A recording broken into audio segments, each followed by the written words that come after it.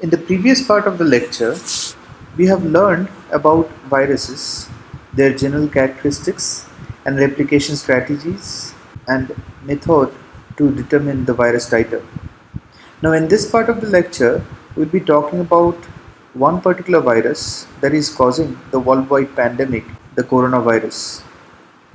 Now before we discuss specifically about the coronavirus, we should discuss the equilibrium and non-equilibrium viruses. So different human viruses could be classified into two broader categories, namely equilibrium viruses and non-equilibrium viruses. Equilibrium viruses are usually those viruses which have been long-term parasites for the host species because they have been infecting the host for a long period of time, that is, for thousands of years. They have been established an equilibrium with their host.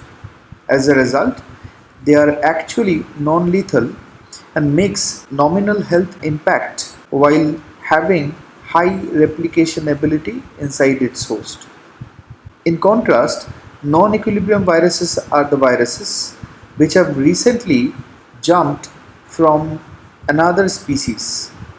As a result, they are new to our host immune system and hence can cause lethal infections. They may spread poorly or well in the new host species.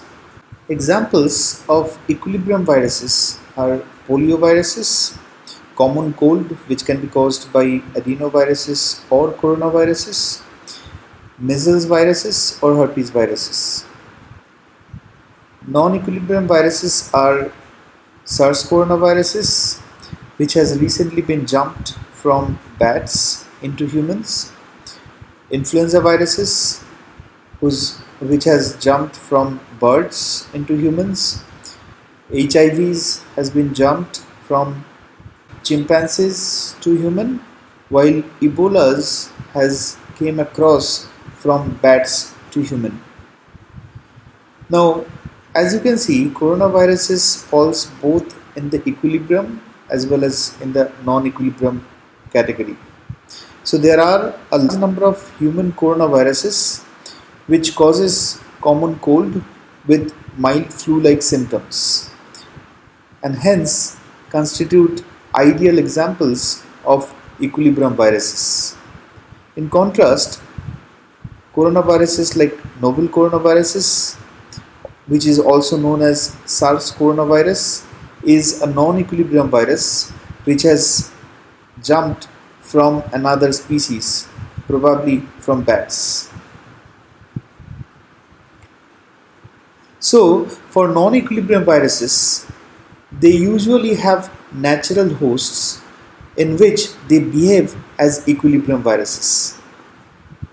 Just like I have mentioned that influenza viruses has jumped from birds. So wild aquatic birds are the natural host for the influenza viruses, and from this natural host, influenza viruses has crossed the species barrier in order to infect humans. Similarly, bats are the natural reservoirs for a number of deadly human viruses. For example, coronaviruses, Nipah viruses or Ebola viruses. All of these viruses usually infect bats, but they crossed the species barrier and started infecting humans. Similarly, chimpanzees are the natural host for the human immunodeficiency viruses or HIV, and these viruses have crossed the species barrier and started infecting the humans. So there are a large number of animal viruses which has crossed the species barrier and started infecting humans. And these viruses are the major cause of emerging viral infections that can cause epidemics or pandemics. So the event where the animal viruses cross the species barrier and infects humans are known as zoonosis. So coronaviruses are known to be associated with several zoonosis events that resulted in severe epidemics or pandemics. For example, in 2002, the severe acute respiratory syndrome or SARS coronavirus infection was reported in Guangdong province of China. Followed by its initial emergence, the infection has spread across 29 different countries and territories and caused over 8,000 infections and at least 800 deaths across the world. Subsequently, in 2012, an outbreak of Middle East respiratory syndrome coronavirus has affected several countries. The virus, which caused MERS, was newly emerged beta coronavirus that was first identified in a patient from Saudi Arabia in April 2012.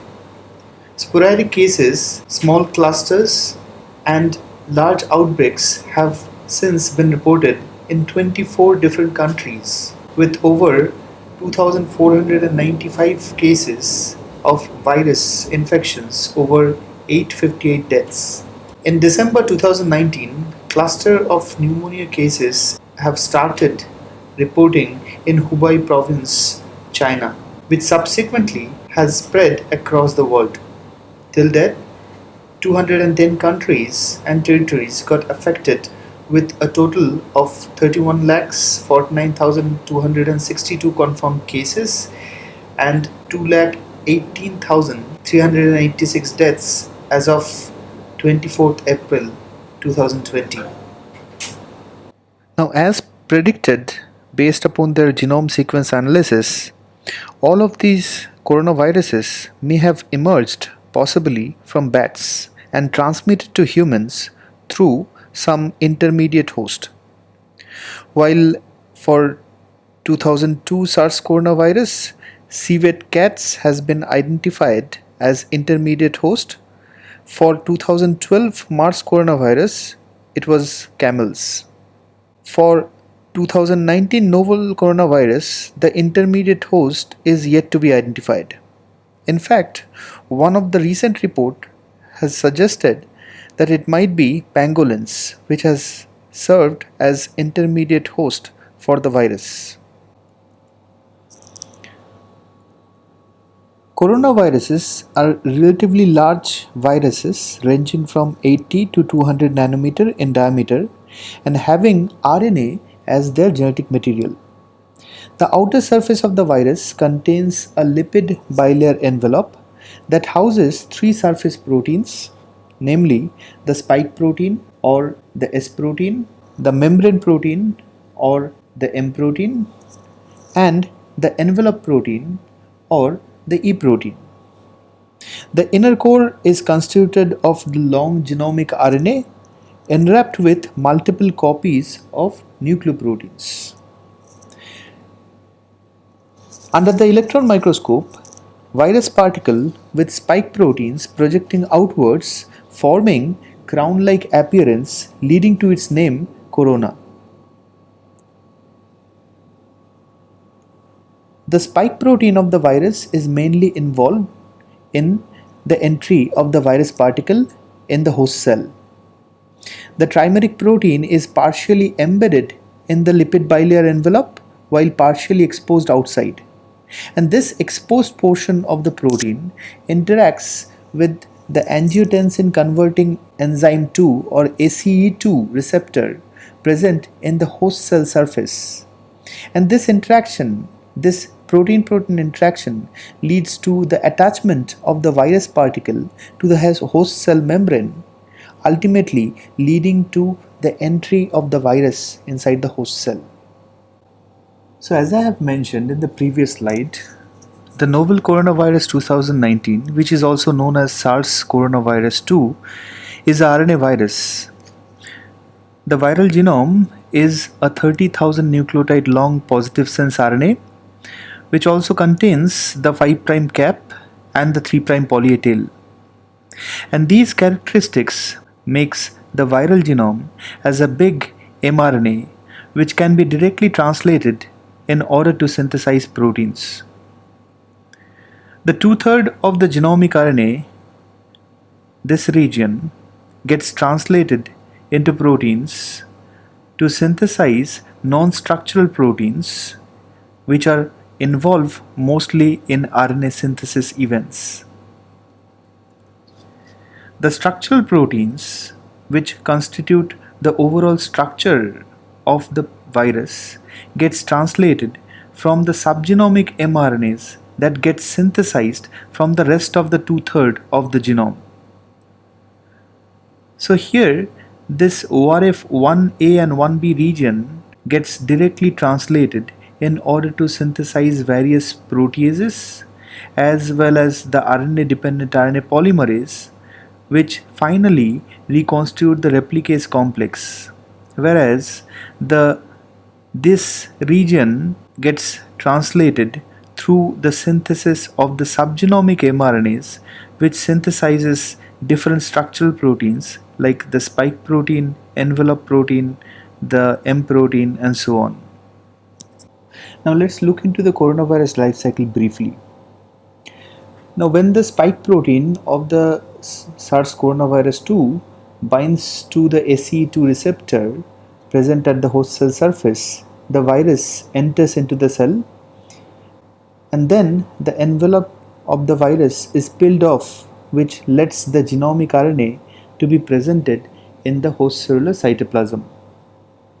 The ORF1A1B gets directly translated into proteins, producing the PP1A and the PP1B, and these two proteins, upon proteolytic digestion, results in 16 non-structural proteins. Now some of these non-structural proteins form the RNA-dependent RNA polymerase, which performs virus replication and transcription using the positive sense genomic RNA as a template. During replication, the RNA polymerase produces the full-length positive sense genomic RNA through a negative sense intermediate, while during transcription it produces subgenomic RNAs of negative sense, which finally produces positive sense subgenomic mRNAs. These subgenomic mRNAs then gets translated in order to produce the structural proteins, that is the spike protein, envelope protein, matrix protein, and the nucleoprotein.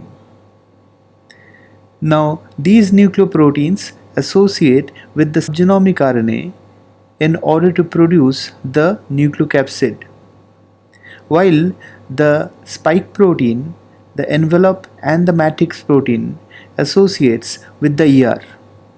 Now these endoplasmic reticulum fuses with the Golgi apparatus in order to produce vesicles in which the complete assembly of the virus particles occurs. Subsequently, these vesicles gets exocytosed in order to release the new virus particles out of the cell, which will then reinfect another cell and initiate a new cycle of replication.